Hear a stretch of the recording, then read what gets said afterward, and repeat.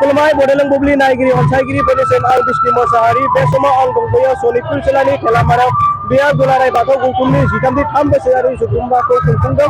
सानथामनि मेहेरगोनां हाबाफारिजों दिनै जोबथा सान एबा थामथि सान बे जोबथा एबा थामथि सानाव भारतनि नखर मन्त्रि अमित शाहआ फैबाय दङ। जों बेहाय नुनो मोनदों गोबां बर' रायजा बाथौ धोरोमनि सिबियारि बर' रायजो राजाफोरा बाहागो लाफैनाय। जों रायजो राजाफोरनिफ्राय मिथिनो नाजागोन दे बिथांमोना बबेनिफ्राय फैदों आरो फैनानै माबायदि मोनदों। उदालगुरि फैनानै जोबोद गोजोननाय मोनदों। जों बाथौ समाजनि थाखाय फैखादों। आल्था बासाव फैदों 45 जोङो गोबां सेरखाय बेरखाय जाबाय। जों दा बेयाव दङ आरो जोबोद नखर मन्थ्रि फैगोन बेनि थाखायबो जों मोजां मोननानै फैखादों। गोजोननाय थाबाय आदानिसिम।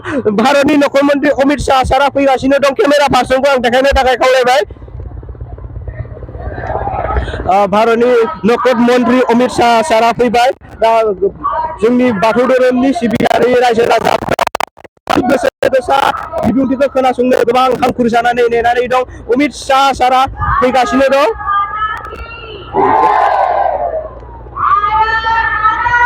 गोबां रायजो राजाफोरा सारनि फैनायखौ गोजोननाय फोरमायदों आरो गोबां रंजादों। केमेरा पार्सनखौ आं देखायनो थाखाय खावलायबाय।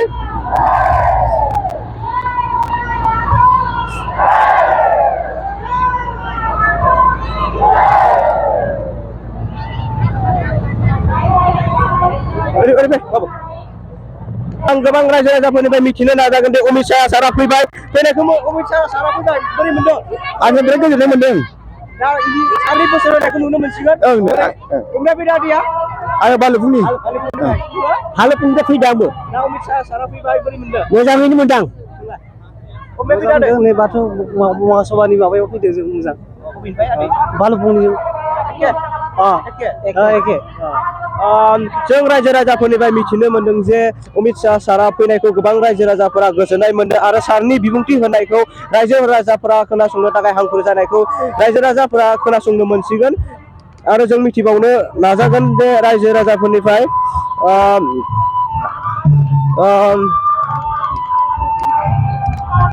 जों सासे आबौनिफ्राय आबौ अबेनिफ्राय फैदों? आं घरबारिनिफ्राय फैदों। बोरै मोनदों फैनानै आं खोब मोजां जोबोद मोनो। बाथिसाफोरा फैनायखौ मानसिफोरखौ नुनानै गोसोआ आंनि हामलायनाय मोनदों। सुख खान्थि जाथों बर' रावा बर' धोरोमा आवगायलांथों। बेनिखायनो आङो आफा इसोर बोराइ बाथौनिसिम हाजार हाजार साबायखर थाबाय। रायजो राजाफोरखौ रुजु रुमैनो संसार जानो मोनथों होननानै आफा बोराइ बाथौआ बोर साबस्रि हरथोंसै आरो। भारतनि नखर मन्त्रि अमित शाह सारा मोनफैबाय। मा गोजोननाय मोनखो ना मोनाखै? आं बेखौ नुनानै जोबोद गोजोननाय मोनबाय। बिबुंथिखौ खोनासंनांगोन। लोगोसेबो बिथाङा जोंनि बर' हारिनि लिरनो हानाय मोनसे सोदोबखौ जाहाथे होलाङो होब्ला जोबोद मोजां मोनगोन आङो। बेनि थाखाय साबायखर थाबाय। गोजोननाय थाबाय आबौनिसिम। आबौआ माखासे बेसेन गोसा बाथ्राखौ बड'लेण्ड बुब्लि नायगिरि अनसायगिरिफोरनिसिम फोरमायदों आरो जों मिथिनो नाजाबावगोन दे रायजो राजाफोरनिफ्राय। नै केमेरा पार्सनखौ आं जों फैबाय थानो खावलायबाय। आदैया अबेनिफ्राय फैदों आरो? अबेनिफ्राय फैदों? दा माबोरै गोजोननाय मोनदों बे फैनानै? बोरै गोजोननाय मोनदों? मोजाङैनो। आङो फोरमायगोन बड'लेण्ड बुब्लि नायगिरि अनसायगिरिफोरनिसिम बड'लेण्ड बुब्लिया अरायबो सैथो खौरां फोसावगोन। एसेनोसै बिदिबा गोजोन्थों। मोनसे गोजोनथाव खौरां। क'क्राझार सहरनि जेडे रडजों नांजाबनाय गोजोनपुरि रयेल एनफिल्ड श'रुमनि गोजौआव थानाय आइ आफा बिएम इनस्टिट्युट अफ पेरामेडिक्स बेखेवदों।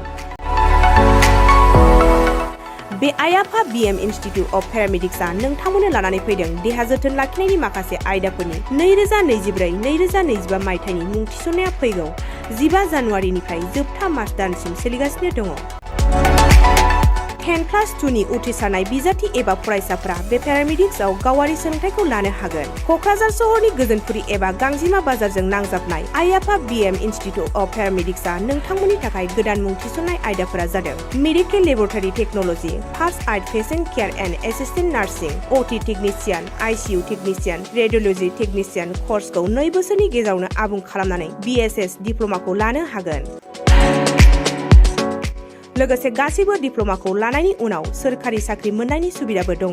जुदि नोंथांमोनहा बेफोर कर्सनि थाखाय गोदानै मुं थिसननो गोसो दङब्ला आइ आफा BM इनस्टिट्युट अफ पेरामेडिक्सनि नैबे जानबुं नम्बर 9395899391 एबा 8638391746 आव थोंजों सुलाद लाहरनो हागोन।